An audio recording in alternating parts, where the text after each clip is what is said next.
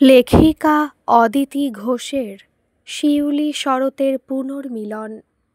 এই মুহূর্তে বাঁকুড়ার প্রীতিলতা উচ্চ বালিকা বিদ্যালয়ের টিচার্স কমন রুমে বসে আছে মিস শিউলি দত্ত। আজই এই স্কুলে তার প্রথম দিন। আজ হেডমাস্টার মশাই শরৎ মৈত্র অনুপস্থিত। উনি দুদিনের জন্য ছুটিতে, তাই অ্যাসিস্ট্যান্ট হেডমাস্টার কমলেশ চ্যাটার্জি এসে শিউলিকে ক্লাস চার্ট দিয়ে বুঝিয়ে দিয়ে গেছেন। স্কুল আওয়ারের অনেক আগেই স্কুলে পৌঁছেছে শিউলি। এখন ফার্স্ট পিরিয়ড চলছে। আজ বুধবার। রুটিন অনুযায়ী আজ শিউলির ফার্স্ট পিরিয়ড অফ আছে। সেকেন্ড পিরিয়ডে ওর ক্লাস আছে ক্লাস 9B সেকশানে। শিউলি ভূগোলের শিক্ষিকা। গত 5 বছর বর্ধমানের একটা স্কুলে শিক্ষকতা করেছে শিউলি। ওই স্কুলের আভ্যন্তরীণ পরিবেশ ক্রমশ খুব খারাপ হয়ে যাচ্ছিল, তাই সেখান থেকে বদলির চেষ্টা চালিয়ে যাচ্ছিল ও। অবশেষে সেটা সম্ভব হয়েছে। একা একা বসে থাকতে থাকতে বোর হয়ে যাচ্ছিল শিউলি। সময় কাটানোর দ্বিতীয় পন্থা খুঁজে না পেয়ে টেবিলের ওপর পড়ে থাকা স্কুল ম্যাগাজিনটা হাতে তুলে নিল ও। পাতা উল্টে দেখতে দেখতে একটা লেখায় এসে চোখটা আটকে গেল। লেখাটা একটা প্রবন্ধ, স্বামী বিবেকানন্দের চোখে নেতাজি। লিখেছেন শিক্ষক বাপ্পাদিত্য রায়চৌধুরী। নামটা কয়েকবার নিজের মনে উচ্চারণ করল শিউলি। কে এই বাপ্পাদিত্য? তবে কি সেই? কি পদবি ছিল তার? রায় না রায়চৌধুরী? যতদূর মনে পড়ছে পিসি তো তাকে রায়চৌধুরী বাড়ির ছেলেই বলেছিল। শিক্ষকদের নামের তালিকাটা দেখল। বাপ্পাদিত্য রায়চৌধুরী ইংরেজির শিক্ষক। বুকের ভেতরটা ছ্যাদ করে উঠল। সেও তো ইংলিশ অনার্সের স্টুডেন্ট ছিল। তবে কি সে এই স্কুলে চাকরি নিয়ে এসেছে? কিন্তু ওই রকম ধনী পরিবারের ছেলে হয়ে এখানে চাকরি করতে আসবে কেন সে? আর তাছাড়া তার মতো মানসিকতার মানুষের পক্ষে এই ধরনের একটা আর্টিকেল লেখা কি সম্ভব? কিছু বুঝতে পারছে না শিউলি। নাম, পদবি, সাবজেক্ট সবই মিলে যাচ্ছে। যদি তাই হয় তাহলে কি করবে শিউলি? এখানে চাকরিটা করবে কি করে? বুকের ভেতর সেই শিরশিরানি অনুভূতিটা অনেকদিন পর আবার আজ উকি দিল। ওর দুশ্চিন্তার মধ্যে কমন রুমে ঢুকলেন বায়োলজির শিক্ষিকা সোমা মুখার্জি। স্কুলে পা রাখতেই শিউলির আলাপ হয়েছিল তার সঙ্গে। অন্য টিচাররা ক্লাস নিতে চলে গিয়েছিলেন। সোমা মুখার্জির আজ ফার্স্ট পিরিয়ড অফ। উনি লাইব্রেরিতে গিয়েছিলেন। শিউলির হাতের স্কুল ম্যাগাজিনের খোলা পাতাটায় চোখ বুলিয়ে দেখে উনি বললেন, ও তুমি বাপ্পার লেখা পড়ছো? খুব ভালো লিখেছে ছেলেটা। শিউলি বলল, খুব সুন্দর চিন্তাভাবনা ওনার। সোমা বললেন, আরে অত উনিটুনি বলতে হবে না বাপ্পাকে। তুমি তো 5 বছর টিচারই করেছো, আর ওর এই প্রথম বর্ষ। পাশ করি চাকরিতে ঢুকেছে। হিসেব মতো তোমার থেকে জুনিয়র। খুব মিশুকে। আমাদের সকলকে দিদি বলে ডাকে। দেখবে তোমাকেও দিদি বলেই ডাকবে। সোমাদির কথায় বুকের ভেতর থেকে একটা পাথর যেন নেমে গেল। তার মানে এই বাপ্পাদিত্য সে নয়। ফার্স্ট পিরিয়ড শেষ হওয়ার ঘন্টা বাজল। সঙ্গে সঙ্গে কমন রুমের গেটে দাঁড়ালো বেয়ারা রতন। বলল, অ্যাসিস্ট্যান্ট হেডমাস্টার মশাই আমাকে দায়িত্ব দিয়েছেন। আসুন নতুন দিদিমণি, আমি আপনাকে ক্লাসরুম দেখিয়ে দিই। রতনের পিছু পিছু বেরিয়ে গেল শিউলি। সেকেন্ড পিরিয়ড, থার্ড পিরিয়ড ও ফোর্থ পিরিয়ড পরপর ক্লাস ছিল শিউলির। প্রতিটি ক্লাস নিতে গিয়েই বেশ ভালো লেগেছে শিউলির। ক্লাস 6-এর ছোট ছোট মেয়েদের ও ক্লাস 9 আর 11-এর বড়দের সকলেরই বেশ ভদ্র ব্যবহার। বেশ শান্ত বাধ্য সবাই। এরকম ব্যবহার এখনকার ছেলে মেয়েদের মধ্যে বড় একটা দেখা যায় না। শিউলির মনটা ভালো লাগায় ভরে গেল।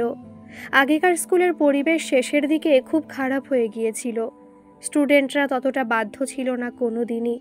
টিচারদের মধ্যে কয়েকজনের ব্যবহার ভালো হলেও 3 জন ছিল খুব বাজে স্বভাবের।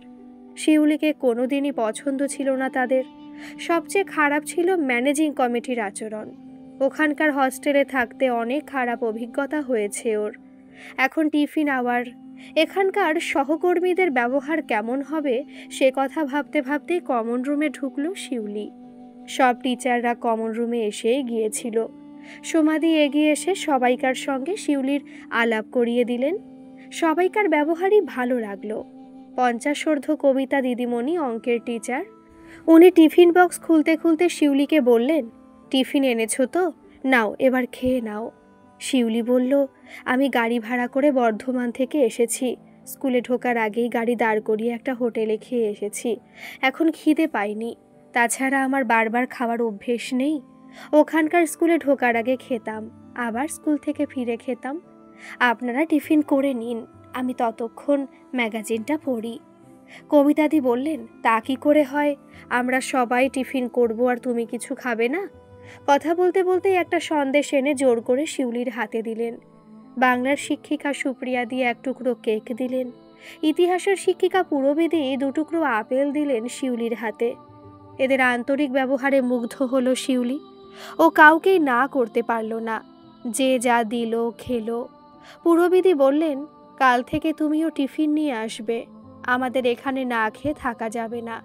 ভৌতবিজ্ঞানের শিক্ষিকা শ্রীপর্ণাদি ও ইংরেজির শিক্ষিকা নন্দিনীদি হস্টেলে থাকেন। পাশাপাশি বসে টিফিন করছেন ওরা। দেখে বোঝা যাচ্ছে বেশ ভাব দুজনের মধ্যে। নন্দিনীদি বললেন, তুমি তো আমাদের কাছেই থাকবে, বেশি কিছু না আনো, কিছু ড্রাই খাবার নিয়ে আসবে কাল থেকে। শিউলি বলল, ঠিক আছে, একটু বিস্কুট মিষ্টি নিয়ে আসবো না হয়, কিন্তু আমি তো এখানের কিছুই চিনি না। আপনারা কেউ আজ সন্ধেবেলায় একটু মার্কেটে নিয়ে যাবেন আমাকে? নন্দিনীদি বললেন, মার্কেট কাছেই, সে না হয় নিয়ে যাব। আমাদের সঙ্গে মিলেমিশে থাকলে আশা করি তোমার তেমন অসুবিধা হবে না। শিউলি বলল, আপনাদের মতো দিদিদের সঙ্গে মিলেমিশে থাকলে আমারই তো ভালো লাগবে। দেখতে দেখতে টিফিন আবার শেষ হয়ে গেল। সবাই উঠে পড়লেন ক্লাসে যাওয়ার জন্য। শিউলিও উঠে পড়ল। ওর এখন ক্লাস 8A সেকশনে ক্লাস আছে। নন্দিনীদি ও শ্রীপর্ণাদির সঙ্গে হস্টেলে এলো শিউলি। স্কুল থেকে হস্টেল 3 মিনিটের রাস্তা। ওটুকু হাঁটতে হাঁটতে নিজেদের কথা বলল শ্রীপর্ণাদি। শ্রীপর্ণাদির বয়স 42, উনি অবিবাহিতা। আর নন্দিনীদির বয়স 48, উনি ডিভোর্সি। 18 বছর এই স্কুলে চাকরি করছেন উনি। প্রথম থেকে হস্টেলে আছেন। এই হস্টেলেই ওনার সংসার। ছুটি ছাটায় 2-1 দিনের জন্য বাপের বাড়ি যান, বাকি সারা বছর এখানেই থাকেন। ওনার রুমটা বেশ বড়। সেখানে আলমারি, পড়ার টেবিল ছাড়াও রেফ্রিজারেটর, ইলেকট্রিক স্টোভ ও মাইক্রো ওভেন আছে। নিজে পছন্দ মতো সন্ধেবেলা টিফিন বানিয়ে নেন নন্দিনীদি। শ্রীপর্ণাদির ঘরে একটা ফ্রিজ আছে। দুজনেই বললেন, শিউলি যেন ওনাদের জিনিসগুলো ব্যবহার করতে দ্বিধা না করে। ওনাদের যত দেখছে ততই অবাক হয়ে যাচ্ছে শিউলি। একজন অপরিচিতের সঙ্গে কি আন্তরিক ব্যবহার করছেন ওনারা। হস্টেলে ঢুকে শিউলি বাজার যাওয়ার জন্য রেডি হতে লাগলো। ফ্রেশ হয়ে একটা চুড়িদার পরল, চুলে চিরুনি বোলাচ্ছিল। তখনই 1 প্লেট চিড়ের পোলাও নিয়ে ওর রুমে ঢুকলেন নন্দিনীদি। বললেন, এই চিড়ের পোলাওটা খেয়ে নাও। শিউলি বলল, আপনি এর মধ্যে এসব বানিয়ে ফেললেন? নন্দিনীদি বললেন, যেদিন যা করি সকালেই করে রেখে যাই, এই সময় এসে মাইক্রো ওভেনে গরম করে নিই। তাড়াতাড়ি খেয়ে নাও, বেরোতে দেরি হয়ে যাবে না হলে। শিউলি বলল, আপনি ভালোবেসে দিলেন, অবশ্যই খাবো, কিন্তু আপনি নিজে খাবেন না? হ্যাঁ, এই তো খেতে যাচ্ছি। আসলে আমি বেশি করেই বানিয়ে রাখি, তুমি খেয়ে নাও। আমি আর শ্রীপর্ণা দুজনেই তোমার সঙ্গে যাব মার্কেট। শিউলি খেতে শুরু করলো। শিউলি এক হস্টেল থেকে আর এক হস্টেলে এসেছে, তাই খাবার জিনিস ছাড়া অন্যান্য প্রয়োজনীয় জিনিস ও সঙ্গে নিয়ে এসেছে। দোকান থেকে 2-3 রকম বিস্কুট, চিড়ে ভাজা, চাল ভাজা, কটা ছোট কেক, কিছু চকলেট, সোনপাপড়ি, নিজের জন্য কয়েকটা ছাপা সন্দেশ আর জিনিসগুলো রাখার জন্য কয়েকটা কন্টেনারও কিনলো। সব শেষে কিনলো আরও 50টা সন্দেশ। এগুলো কাল টিফিন আওয়ারে সমস্ত টিচারদের দিতে চায়ও। কথাটা শুনে নন্দিনীদি বললেন, তুমি দেখছি ভালোই বুদ্ধি ধরো, সকলকে মিষ্টি খাইয়ে তুমি প্রথমেই বশ করে দেবে। শিউলি বলল, তেমন কিছু ভেবে কিনিনি। আসলে আজ অন্য দিদিরা নিজেদের থেকে আমাকে কিছু কিছু খাওয়ালেন, শুধু ওদের তো খাওয়ানো যায় না, তাই সকলের জন্য কিনলাম। শ্রীপর্ণাদি বললেন, বেশ করেছ, মন যেটা চায় সেটাই করো। বড় বড় ব্যাগ নিয়ে আর হাঁটা সম্ভব নয়, তাই একটা টোটো ডাকলেন নন্দিনীদি। হস্টেলে শিউলি রুমে একটা সিঙ্গেল বেডের খাট, একটা টেবিল, একটা চেয়ার ও কাচের পাল্লা লাগানো 2টো দেওয়াল আলমারি রয়েছে। দেওয়ালের সঙ্গে লাগানো একটা আয়নাও রয়েছে। হস্টেলে ফিরে নিজের ঘরের দেওয়াল আলমারিতে সব জিনিস গুছিয়ে রাখল শিউলি। শুধু সন্দেশের বাক্স দুটো শ্রীপর্ণাদি ওনার ফ্রিজে রাখলেন। সকাল 8:30টার সময় নিজের রুমে ঢুকে জিনিসপত্র রেখে ও স্কুলে চলে গিয়েছিল। এখন দুটো বড় বড় হুইলার ব্যাগ থেকে জামাকাপড় বার করে আলমারিতে রাখলো ও। দেখতে দেখতে 9:30 বেজে গেছে। রাতের খাবারের জন্য বেল বাজলো। এখানে আসার আগেই ও হস্টেল সুপারের কাছে জেনেছিল হস্টেলে মোট 30 জন ছাত্রী ও 2 জন শিক্ষিকা আছে। ওর রুমে আগে একজন ভূগোলের শিক্ষিকাই ছিলেন। তিনি অবসর নেওয়ার কারণে শিউলি এখানে চাকরিটা পেয়েছে। বেল বাজার পরই শ্রীপর্ণাদি এসে শিউলিকে ডেকে নিয়ে গেলেন। শরীরটা ক্লান্ত থাকায় তাড়াতাড়ি ঘুমিয়ে পড়েছিল শিউলি, কিন্তু রাত 3টের সময় ঘুম ভেঙে গেল। রাজ্যের চিন্তা মাথার মধ্যে ভিড় করছে। মনে পড়ে গেল বাবা মা ভাইয়ের কথা, আর ভীষণভাবে মনে পড়ছে সোনুদার কথা। সোনুদা গ্রামের স্কুলের হেডমাস্টার সরোজ মৈত্রের ছেলে। শিউলির জীবনে একরাশ ফুলের সুবাস নিয়ে এসেছিল সোনুদা। শিউলি গরিবের বাড়ির মেয়ে। ওর বাবা একটা রঙের কারখানায় কাজ করতেন। তখন তার মাইনে বেশি ছিল না। মা কষ্ট করে চালাতো ওদের 4 জনের সংসারটা। নিজে ক্লাস 8 থেকে প্রাইমারির বাচ্চাদের টিউশন পড়িয়ে নিজের পড়ার খরচ চালাতো শিউলি। তাতেও রেজাল্ট ভালোই হতো ওর। প্রত্যেক ক্লাসেও ফার্স্ট নয় সেকেন্ড হতো। মাধ্যমিকে স্টার মার্কস পেয়েছিল। কিন্তু উচ্চ মাধ্যমিক পড়ার সময় একজন প্রাইভেট টিউটরের খুব দরকার হয়ে পড়েছিল। বাবার সামর্থ্য ছিল না ওর জন্য টিচার দেওয়ার। তখন সবে 11-এ ভর্তি হয়েছে শিউলি। সেই সময় হেডমাস্টার সরোজ মিত্র বলেছিলেন, আমি তো টিউশন পড়াই না, তবুও তুই রবিবারের সকালগুলোই আমাদের বাড়িতে যাস। আমার ছেলে সোনু তোকে পড়াবে, কোনো টাকা লাগবে না। ও যদিও নিজে এমএসসি পড়ছে, তবুও আমি তোর কথা বলায় ও পড়াতে রাজি হয়েছে তোকে। রবিবার সকাল 8টা থেকে 10টা ও তোকে অঙ্ক আর ইংরেজি দেখিয়ে দেবে। কথাটা শুনে খুশিতে নেচে উঠেছিল শিউলির মনটা। গ্রামে হেডমাস্টার সরোজ মিত্রের যেমন সুনাম ছিল, তেমনি সুনাম ছিল সোনুদার। নিজে পিওর সায়েন্সের স্টুডেন্ট ছিল সোনুদা। ও কেমিস্ট্রিতে এমএসসি করছিল, তবুও পুরো 2 বছর শিউলিকে অঙ্ক, ইংরেজি ও ভূগোল পড়িয়েছিল। পড়ার বাইরে কোনো কথা বলতো না তখন সোনুদা। পড়াতে পড়াতে 2 ঘন্টার জায়গায় 3 ঘন্টা সময় পেরিয়ে যেত।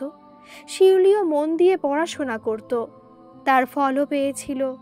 আর্টস থেকে স্টার মার্কস পেয়ে উচ্চ মাধ্যমিক পাশ করেছিল। সোনুদা তখন বিএড করছিল।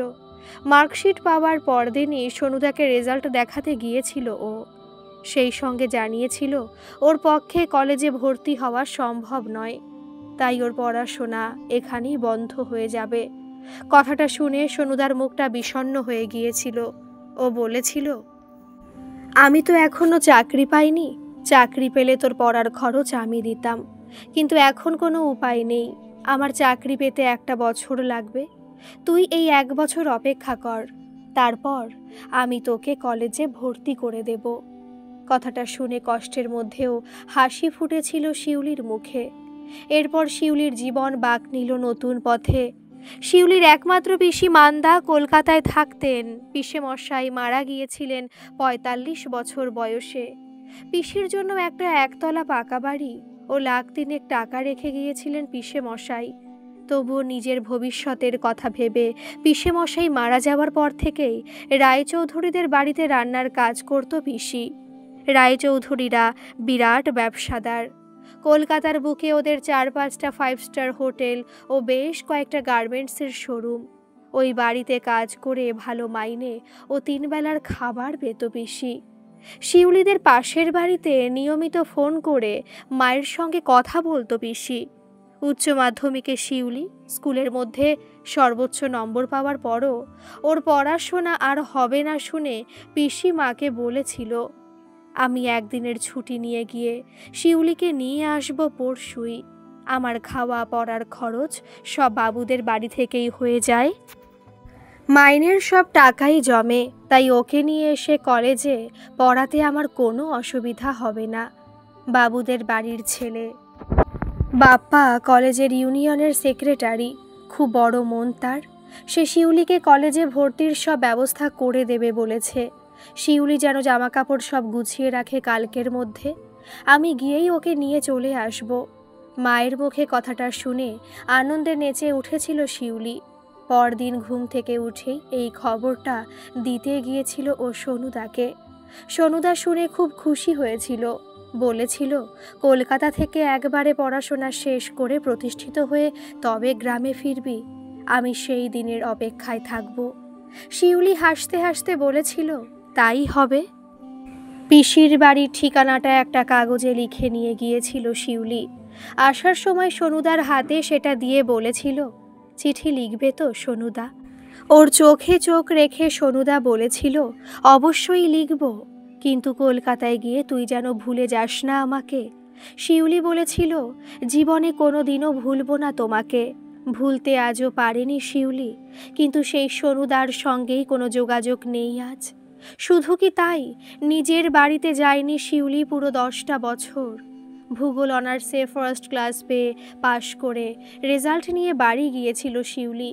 সেই ওর শেষ বাড়ি যাওয়া। বাবা মা খুব খুশি হয়েছিলেন হেডমাস্টার সরোজ মৈত্র। তবে সোনুদার সঙ্গে দেখা হয়নি ওর।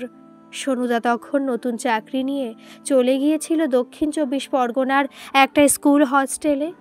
ইউনিভার্সিটিতে ভর্তি হতে হবে বলে 2 দিন পরই পিসির বাড়ি চলে গিয়েছিল।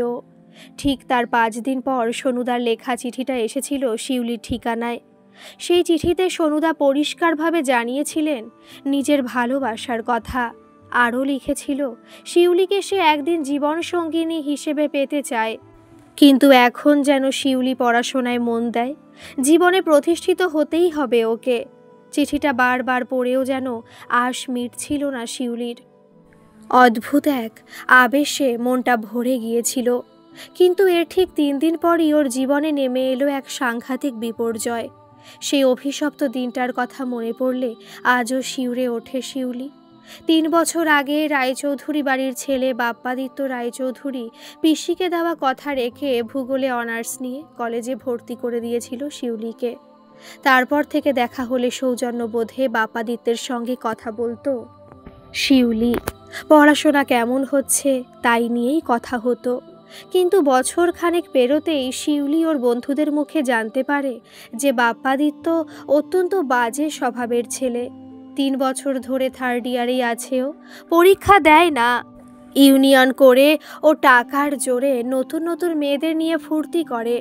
সবাই সব জানে, কিন্তু একে ইউনিয়নের লিডার, তারপর আবার ধনির দুলাল, তাই কেউ কিছু বলতে সাহস পায় না। কথাটা শোনার পর থেকে ভয় করত। ও পিসিকে একদিন সব কথা বলেছিল, কিন্তু পিসি শুনে বলেছিল, লোকের কথা ছাড়তো, হিংসেও সব বদনাম রটায়। আমাদের পিসি বলে ডাকে, কি সুন্দর কথা বলে, তোর উপকার করেছে, তুই দেখা হলে কথা বলবি। শিউলি এরপর আর কিছু বলতে পারিনি। তবে যথাসম্ভব দূরত্ব বজায় রেখে চলতো বাপ্পাদিত্যের সঙ্গে। অবশ্য শিউলির 2nd ইয়ারেই বাপ্পাদিত্য ফাইনাল পরীক্ষা দিয়েছিল। এরপর ও যখন ইউনিভার্সিটিতে ভর্তি হয়েছিল তখন মনে মনে অনেকটা স্বস্তি পেয়েছিল শিউলি।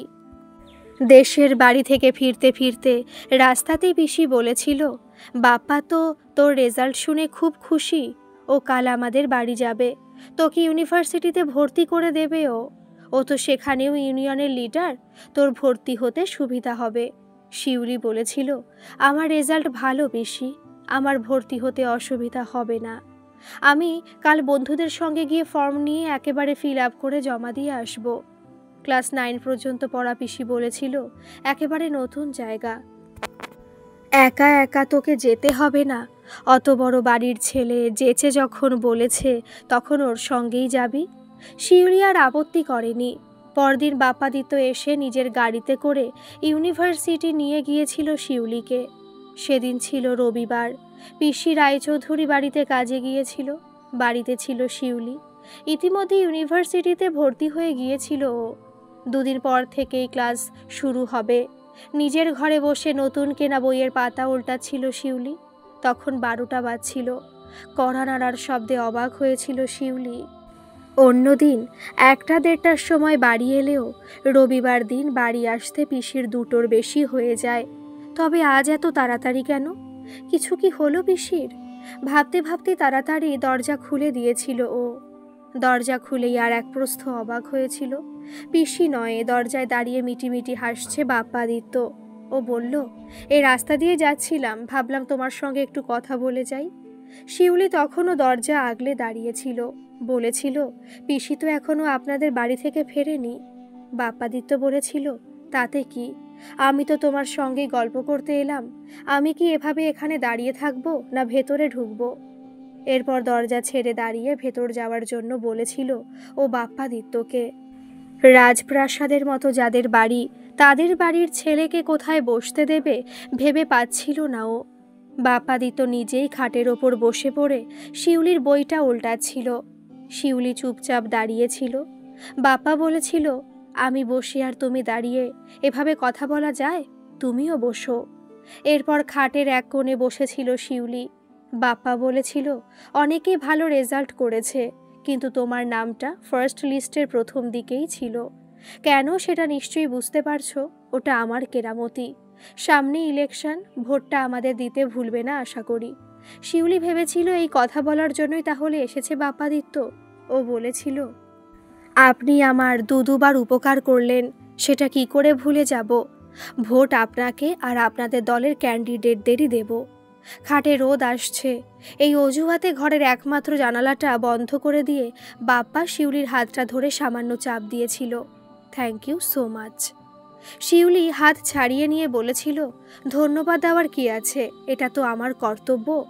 শিউলির কথা শেষ হতেই হঠাৎ করে ঘরের দরজাটা বন্ধ করে দিয়েছিল বাপ্পা। শিউলি বলেছিল, এ কি করছেন আপনি? দরজা বন্ধ করছেন কেন? কথাটা বলতে বলতেই ছুটে বাইরে বেরিয়ে আসার চেষ্টা করেছিল শিউলি, কিন্তু পারেনি। পথ আটকে শিউলিকে জাপটে ধরেছিল বাপ্পা। একজন সবল যুবকের বলিষ্ঠ দুটো হাতের বেষ্টনী থেকে নিজেকে মুক্ত করতে সক্ষম হয়নি শিউলির মতো রোগাসোগা একটা মেয়ে। এরপরই শিউলিকে বিছানায় ফেলে ওর ওপর ঝাঁপিয়ে পড়েছিল বাপ্পা। রাগ দেখালে কোনো ফল হবে না বুঝে কাতরভাবে কাকুতি মিনতি করেছিল শিউলি, কিন্তু এতেও কোনো লাভ হয়নি। বাপ্পা নিজের যৌন ক্ষুধা মেটাতে উন্মত্ত হয়ে উঠেছিল তখন। সেই দিন দুপুরে নিজের ঘরে শিউলি ধর্ষিতা হয়েছিল বাপ্পাদিত্য নামের ওই লম্পটটার দ্বারা। নিজের কামনা চরিতার্থ করে উঠে দাঁড়িয়েছিল বাপ্পা। যাওয়ার সময় বলে গিয়েছিল, আজকের ঘটনার কথা কাউকে জানালেও কোনো লাভ হবে না তোমার। তোমাকেই সবাই মতলববাজ ভাববে, কারণ কেউ বিশ্বাস করবে না যে রায়চৌধুরী বাড়ির ছেলে হয়ে তোমার মতো একটা ভিখারির মেয়ের কাছে এসেছিলাম আমি। উপরন্তু কাউকে জানানোর চেষ্টা করলে পিসি ভাইজি দুজনেই কিন্তু প্রাণে মরবে। কোনো কথা বলতে পারেনি শিউলি। বিধ্বস্ত শরীরটা নিয়ে বিছানায় পড়েছিল। যাওয়ার সময় ঘরে দরজাটা টেনে দিয়ে গিয়েছিল বাপ্পা। একটু পরই বাড়ি ফিরেছিল পিসি। ঘরের কড়া নাড়তে গিয়ে বুঝতে পেরেছিল যে ঘরের ছিটকিনি খোলা। পাল্লা ঠেলে ভেতরে ঢুকেছিল পিসি। শিউলি তখন উপুড় হয়ে পড়ে কাঁদছিল। কান্নার দমকে কেঁপে কেঁপে উঠছিল ওর শরীরটা। নাইটিতে রক্ত দেখে চমকে উঠেছিল পিসি। শিউলির শরীরটা চিৎ করতে ওর বিধ্বস্ত অবস্থা দেখে পিসির বুঝতে অসুবিধা হয়নি যে অঘটন কিছু ঘটে গেছে। পিসি বলেছিল, কাকে দরজা খুলেছিলি হতচ্ছাড়ি? কে করেছে তোর সর্বনাশ? পিসিকে জড়িয়ে ধরে কান্নায় ভেঙে পড়েছিল শিউলি। ফোপাতে ফোপাতে বলেছিল, তোমাদের বাপ্পা। বাপ্পা যাওয়ার সময় যে কথা বলে গেছে সব বলেছিল শিউলি পিসিকে। শুনে পিসি আজকে উঠেছিল। ডুকরে কেঁদে উঠে বলেছিল, বাপ্পাকে বিশ্বাস করতে বলে আমি তোর একই সর্বনাশ করলাম। প্রতিদিনের মতো দুজনের খাবার দিয়েছিলেন গিন্নিমা। সেসব খাবারের কৌটো থলিতেই পড়েছিল। দুজন অসহায় মহিলা সেদিন অভুক্ত থেকে চোখের জলে বুক ভাসিয়ে কাটিয়ে দিয়েছিল। সব অন্যায় মুখ বুজে মেনে নেওয়া ছাড়া আর কোনো রাস্তা খোলা ছিল না ওদের কাছে। 20 দিন পরই প্রেগনেন্সির লক্ষণ দেখা দিয়েছিল শিউলির মধ্যে। পিরিয়ড হয়নি, তার উপর বমি করছিল। রাত 10টার সময় উদ্ভ্রান্তের মতো ক্লাব ঘরে বাপ্পার কাছে ছুটে গিয়েছিল পিসি। বাপ্পা নিজের দোষ অস্বীকার করেছিল। বলেছিল, এই কথা দ্বিতীয়বার বললে তোমরা আর প্রাণে বাঁচবে না। কালই হসপিটালে গিয়ে ওয়াশ করিয়ে এসো, তবে আমার কাছে যেন ভুলেও আর এসো না। শুকনো মুখ করে ফিরে এসেছিল পিসি। হঠাৎই পিসির মনে পড়ে গিয়েছিল ছোট ম্যাডাম মানে বাপ্পাদিত্যের বড় জ্যাঠার মেয়ের কথা। ওই বাড়ির সবাই ব্যবসার সঙ্গে যুক্ত থাকলেও ছোট ম্যাডাম ডাক্তার। সেই মানুষটা সকলের থেকে আলাদা। বাড়ি এলে শিউলির সম্বন্ধে খোঁজ খবর নিতেন ছোট ম্যাডাম। শিউলির বিয়ে পাশের রেজাল্ট জেনে খুব খুশি হয়ে 5,000 টাকা দিয়েছিলেন ওকে নিজের প্রয়োজনীয় জিনিস কিনতে। পরদিনই ছিল রবিবার, ছোট ম্যাডামের বাড়ি আসার দিন সেদিন। পিসি ছোট ম্যাডামের সঙ্গে একান্তে দেখা করে শিউলির সব কথা বলেছিল। শুনে মান্দা পিসির সঙ্গে ওর বাড়িতে এসেছিলেন ছোট ম্যাডাম। বলেছিলেন, বাপ্পা আমার ভাই, কথাটা ভাবতে ঘেন্না করছে আমার, কিন্তু আমি যে কথাটা জেনেছি সেটা ওকে জানাতে পারবো না। গুন্ডা বদমাশদের সঙ্গে ওর ওঠা বসা, কথাটা আমি আগেই শুনেছি। ওকে জানালে লোক দিয়েও শিউলিকে খুন করিয়ে ফেলবে। পিসি ভয়ে সিটিয়ে গিয়ে বলেছিল, ওসবের কাজ নেই ছোট ম্যাডাম। শিউলিকে পরীক্ষা করে দেখে ম্যাডাম বলেছিলেন, কাল ওকে আমি যে নার্সিংহোমে বসি সেখানে নিয়ে যাব, কালই সব ব্যবস্থা হয়ে যাবে। এখানে বাপ্পার ভয়ে ও ইউনিভার্সিটি যাওয়া ছেড়ে দিয়েছে। আমারও মনে হচ্ছে ওর এখানে থাকা নিরাপদ নয়। আশা করছি আমি ওর জন্য একটা ব্যবস্থা করতে পারবো। আমার এক ডাক্তার বন্ধুর মা ও বাবা বর্ধমান ইউনিভার্সিটির প্রফেসর। বর্ধমানে ওনাদের বাড়িতে থেকে শিউলি ওর পড়াশোনা চালিয়ে যেতে পারবে। ওর পড়ার সব খরচ আমি দেব। কথা শেষ করেই পরপর 2 জায়গায় ফোন করলেন ছোট ম্যাডাম। তারপর বললেন, সব ব্যবস্থা পাকা হয়ে গেল। আমি পরের রবিবারে শিউলিকে বর্ধমান নিয়ে চলে যাব। ও যেন সব গুছিয়ে রাখে। নিজের কথা রেখেছিলেন ছোট ম্যাডাম, ডাক্তার পল্লবী রায়চৌধুরী। পরের রবিবারে শিউলিকে নিয়ে বর্ধমানে প্রফেসর অজয় চ্যাটার্জি ও প্রফেসর অঞ্জলি চ্যাটার্জির বাড়ি পৌঁছে দিয়েছিলেন। একদিন যে কল্লোলিনী কলকাতার মোহে আবিষ্ট হয়েছিল শিউলির মন, সেই কলকাতাকে চরম বিতৃষ্ণা নিয়ে ত্যাগ করেছিল শিউলি। ছোট ম্যাডাম ডাক্তার পল্লবী রায়চৌধুরীর সঙ্গে যেমন আজও যোগাযোগ আছে শিউলির, তেমনি যোগাযোগ আছে প্রফেসর অজয় চ্যাটার্জি ও প্রফেসর অঞ্জলি চ্যাটার্জির সঙ্গেও। এই 3 জনের স্নেহের ছত্রছায়ায় থেকেই জীবনে প্রতিষ্ঠিত হতে পেরেছিল শিউলি। কিন্তু যোগাযোগ রাখতে পারেনি জীবনের প্রথম সাহায্যকারী ও ভালোবাসার মানুষটার সঙ্গে। আজও নিজেকে অপবিত্র মনে হয় শিউলির। তাই সোনুদার মতো দেবতুল্য মানুষটাকে ঠকাতে পারেনি শিউলি। ওর জীবনের কলঙ্কময় অধ্যায়ের কথা জেনেছিল মা বাবা। ওরা বহুবার শিউলিকে গ্রামে নিয়ে যেতে চেয়েছে, কিন্তু শুধুমাত্র সোনুদার মুখোমুখি হওয়ার ভয়ে শিউলি সেখানে পা রাখতে পারেনি আর। ও যখন যেখানে থেকেছে মা বাবা ও ভাই সেখানেই দেখা করতে এসেছে। এইভাবেই কাটিয়ে দিয়েছে গত 8টা বছর। ভোরের দিকে ঘুমিয়ে গিয়েছিল শিউলি। সকালে ঘুম ভাঙল একটু দেরিতে। ঘড়ির দিকে তাকালো শিউলি, 7টা 5। তাড়াতাড়ি ব্রাশ করে নিয়ে রাতের পোশাক পাল্টে ডাইনিং হলে গেল ও ব্রেকফাস্ট করতে। ওখানে দেখা হলো নন্দিনীদি ও শ্রীপর্ণাদির সঙ্গে। 2 পিস বাটার টোস্ট, একটা ডিম সেদ্ধ ও চা খেয়ে ঘরে এলো। স্কুল শুরু হয় 10টা 45-এ। 15 মিনিট আগেই স্কুলে পৌঁছনো পছন্দ করে শিউলি। ঘরে এসে রুটিন চার্টটা দেখে নিল। প্রথম পিরিয়ডে ক্লাস আছে, তবে তার আগে হেডমাস্টার মশাইয়ের সঙ্গে একটু দেখা করে নিতে হবে ওকে। একটা দিনেই এই স্কুলটাকে ভালো লেগে গেছে শিউলির। যেমন ভালো কলিগদের ব্যবহার, তেমন ভালো স্কুলের ছাত্রীরা। গতকাল ছুটির পর সব শিক্ষক শিক্ষিকার সঙ্গেই পরিচয় হয়েছে। যে 5 জন পুরুষ সহকর্মী রয়েছেন তাদের সঙ্গেও আলাপ হয়েছে। সকলেই বেশ আন্তরিক ব্যবহার করলেন। এখন হেড স্যারের ব্যবহার কেমন হয় সেটাই দেখার। স্কুল শুরু হতে এখনো 15 মিনিট দেরি।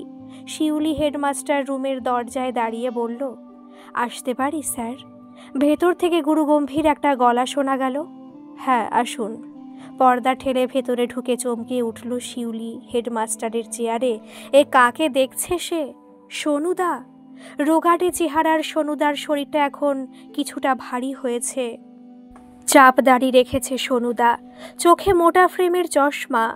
এত পরিবর্তন সত্ত্বেও পরিচিত মানুষটাকে চিনতে এতটুকু অসুবিধা হচ্ছে না। তার মানে গ্রামের স্কুলের হেডমাস্টার সরোজ মৈত্রের ছেলে সোনুদাই আসলে শরৎ মৈত্র। গ্রামেরই ছেলে সোনুদার কাছে 2 বছর পড়েছেও, কিন্তু কখনো সোনুদার ভালো নামটা জানা হয়নি। পাড়ায় সবাই ওকে সোনু নামেই ডাকত। ওর যে একটা ভালো নাম থাকতে পারে সেটা নিয়ে শিউলি কখনো ভাবেনি। কোনো কথা না বলে স্থবিরের মতো দাঁড়িয়ে রইল শিউলি।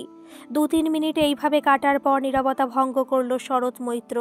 বললেন, অ্যাসিস্ট্যান্ট হেডমাস্টার কমলেশ চ্যাটার্জি নিশ্চয়ই আপনাকে গতকাল রুটিন চার্ট দিয়ে সব বুঝিয়ে দিয়েছেন। সেই মতো ক্লাস করুন, আর হস্টেলে কোনো অসুবিধা হলে জানাবেন। আপনি এখন আসতে পারেন। আর 1 সেকেন্ড না দাঁড়িয়ে হেডমাস্টারের রুমের থেকে বেরিয়ে এলো শিউলি। শিউলির চেহারায় আমূল পরিবর্তন হয়েছে এতগুলো বছরে। সেই হাড় জিরজিরে চেহারা আর নেই। শরীরে লাবণ্য আসায় গায়ের রঙও অনেক ফর্সা হয়েছে। ওর চোখে উঠেছে গোল্ডেন ফ্রেমের চশমা। তা বলে সোনুদা ওকে চিনতে পারবে না? চিনতে পারেনি নাকি না চেনার ভান করছে? তবে কি শিউলি কোনো সম্পর্ক রাখেনি বলে অভিমান থেকে এমন আচরণ করেছে সোনুদা? কিছুই বুঝতে পারছে না শিউলি। নিজের চোখের অবরুদ্ধ জল আর বাঁধ মানল না। কিছুক্ষণ রুমের বাইরে দাঁড়িয়ে থেকে নিজেকে সামলে নিচ্ছিল শিউলি। ঠিক সেই সময় কানে এলো শরৎ মৈত্রের গলা। ঘরে কেউ নেই, তার মানে ফোনে কথা বলছে নিশ্চয়ই। শিথিল পায়ে করিডোরের দিকে এগিয়ে যাচ্ছিল, কিন্তু কয়েক পা এগোতেই কানে এলো সোনুদার কথা। কাকিমা, আমি সোনু বলছি। থমকে দাঁড়ালো শিউলি। ও পায়ে পায়ে আবার হেডমাস্টারের রুমের দিকে এগিয়ে গেল। সোনুদা তখন বলছে, আমি বায়োডাটার ছবি দেখে ঠিকই আন্দাজ করেছিলাম আগেই ও আমাদের শিউলি। তোমাকে বলেছে বাঁকুড়ার একটা স্কুলে চাকরি নিয়েছে ও আসলে আমাদের স্কুলে চাকরি নিয়েছে। ও ভেবেছে যে আমি ওকে চিনতে পারিনি। আমি ইচ্ছা করে চেনা দিইনি। যাই হোক, এবার আর কোনোভাবেই পালাতে দেওয়া যাবে না ওকে। নিজে কোনো অন্যায় না করেও মিথ্যে অপরাধ বোধে ভুগছে ও। তার মানে ওর জীবনের সব কথা জানে সোনুদা? বিস্ময়ের ঘোর কাটছে না শিউলির। তবু এখানে এভাবে দাঁড়িয়ে থাকা অশোভন। তাড়াতাড়ি সরে এলো ওখান থেকে। ঠিক সেই সময় স্কুল শুরু হওয়ার ঘন্টা বাজলো। মনের মধ্যে যাই চলুক, এখন ক্লাস নিতে হবে ওকে। ত্রস্ত পায়ে ক্লাস 12-এর রুমের দিকে এগিয়ে গেল। আজকে পরপর 4টে ক্লাসে ছিল ওর। 5th পিরিয়ড অফ আছে। টিফিনের সময় আজ ভালোভাবে কারোর সঙ্গে কথা বলতে পারছে না ও যেন। নন্দিনীদি বললেন, কি হলো শিউলি, তোমার মুড অফ মনে হচ্ছে? কিছু কি হয়েছে? আমি তোমার মায়ের মতো, আমার কাছে সব কথা বলতে পারো। শিউলি বলল, প্রয়োজন হলে অবশ্যই সব বলবো, কিন্তু এখন কিছু বলতে পারছি না। নন্দিনীদি বললেন, যখন মন চাইবে তখনই না হয় বলো। এরপর যে যা টিফিন বক্স বার করে খাওয়া শুরু করলো। শিউলির গলা দিয়ে যেন কেকটা নামছিল না। তাও যা হোক করে খেলো। জলের বোতল থেকে কয়েক ঢোক জল খেয়ে স্কুল ম্যাগাজিনটা হাতে তুলে নিল নিজের অস্থিরতা ঢাকতে। টিফিন আওয়ার শেষ হওয়ার আগে নন্দিনীদির ফোনটা বেজে উঠল। ফোনের অপর প্রান্তে কে আছে বোঝা যায় না, তবে নন্দিনীদির কথা শোনা গেল। নন্দিনীদি বললেন, ঠিক আছে শরৎ, আমি 5th পিরিয়ডে শিউলিকে নিয়ে তোমার কাছে যাব। ফোনের লাইনটা কেটে নন্দিনীদি বললেন, সবাই জানলেও তুমি তো জানো না শিউলি, তোমাদের সকলের হেডমাস্টার মশাই শরৎ মৈত্র আমার ভাইয়ের মতোই, শুধু নয় ভাই বলতে পারো। ওকে আমি প্রতি বছর ভাইফোঁটা দিই। ও আমাকে নিজের দিদির মতোই দেখে। ও তোমাকে নিয়ে 5th পিরিয়ডে ওর রুমে যেতে বলল। মনে হয় ভালো করে আলাপ করবে তোমার সঙ্গে। সব টিচারদের সঙ্গে ওর খুব ভালো সম্পর্ক। কবিতাদি ও পুরবিদি বললেন, সত্যি অমায়িক ব্যবহার আমাদের হেডমাস্টারের। যে নতুন আসে তার সঙ্গে খুব ভালোভাবে আলাপ করে নেয়। আমরা ওর থেকে সিনিয়র, আমাদেরও দিদি বলেই ডাকে। প্রথম যখন এসেছিল তখনই ওর আন্তরিক ব্যবহারে মুগ্ধ হয়েছিলাম আমরা। টিফিন শেষের ঘন্টা পড়তেই নন্দিনীদি শিউলিকে নিয়ে হেডমাস্টারের রুমে গেল। রুমে ঢুকেই বুকটা কেঁপে উঠল শিউলির। কি বলবে এখন সোনুদা? ওদের বসতে বললেন শরৎ মৈত্র। তারপর কোনো ভনিতা না করে নন্দিনীদিকে বললেন, এই সেই মেয়ে দিদি যার সব কথা আমি তোমাকে বলেছি। অনেকদিন আমার কাছ থেকে পালিয়ে বেরিয়েছে, কিন্তু আর নয়। আমি কাকু কাকিমাকে সকালেই এখানে আসতে বলেছি। কাল 2রা অক্টোবরের ছুটি। কালই তারামায়ের মন্দিরে বিয়েটা সেরে ফেলবো আমরা। তুমি অন্য সকল দিদিদের নিয়ে যেও। শিউলি বলল, কিন্তু তুমি তো আমার সব কথা জানো না সোনুদা। তোর জীবনে যা যা ঘটেছে তার কোনোটাই অজানা নেই আমার শিউলি। তুই কেন আমার সঙ্গে সব যোগাযোগ ছিন্ন করে দিলি সেটাই আমি বুঝতে পারলাম না। কাকু কাকিমাকে দিয়ে প্রতিজ্ঞা করে নিয়েছিলি ওরা যেন তোর ফোন নাম্বার ও কোনো ঠিকানা আমাকে না দেয়। তুই বাঁকুড়ায় এসেছিস জানার পর ওরা ওদের প্রতিজ্ঞা ভঙ্গ করে সেই কথাটা আমাকে জানিয়েছে। যাক, যা হওয়ার হয়ে গেছে। আর এভাবে তোকে দূরে দূরে থাকতে দেব না। কালই তোকে নিজের করে নেব। এখন মনকে তৈরি কর। 2রা অক্টোবর ভোরের ট্রেনে শিউলির মা বাবা ও ভাই রওনা হয়েছিলেন। সকাল 9টার মধ্যেই ওরা শিউলির হস্টেলে এসে হাজির হয়েছিলেন। শরৎ মৈত্র নিজে গিয়ে স্টেশন থেকে সঙ্গে করে নিয়ে এসেছেন ওদের। ছেলেদের হস্টেলে একটা ফাঁকা ঘর খুলে দেওয়া হয়েছিল তাদের থাকার জন্য। নন্দিনীদি শিউলির বেনারসি, বরের ধুতি পাঞ্জাবি ও বিয়ের অন্যান্য প্রয়োজনীয় উপকরণ কিনে রেখেছিলেন। এখন সন্ধে 7টা। তারামায়ের মন্দিরের শাক ও উলুধ্বনির মধ্যে বিয়ে শুরু হয়ে গেছে শরৎ ও শিউলির। অনেক প্রতীক্ষার পর শেষ পর্যন্ত শরতের সঙ্গে শিউলির মিলন হলো। একটা হোটেলে আয়োজন করাই ছিল। বিয়ের পর সেখানে খাওয়া দাওয়া করে সবাই ফিরে এলো। শরতের ঘরে শিউলির আগমন ঘটল অবশেষে। কেমন লাগলো গল্পটি অবশ্যই কমেন্ট করে জানাবেন, আর ভালো লাগলে একটা সাবস্ক্রাইব করে আমার পাশে থাকবেন। ধন্যবাদ।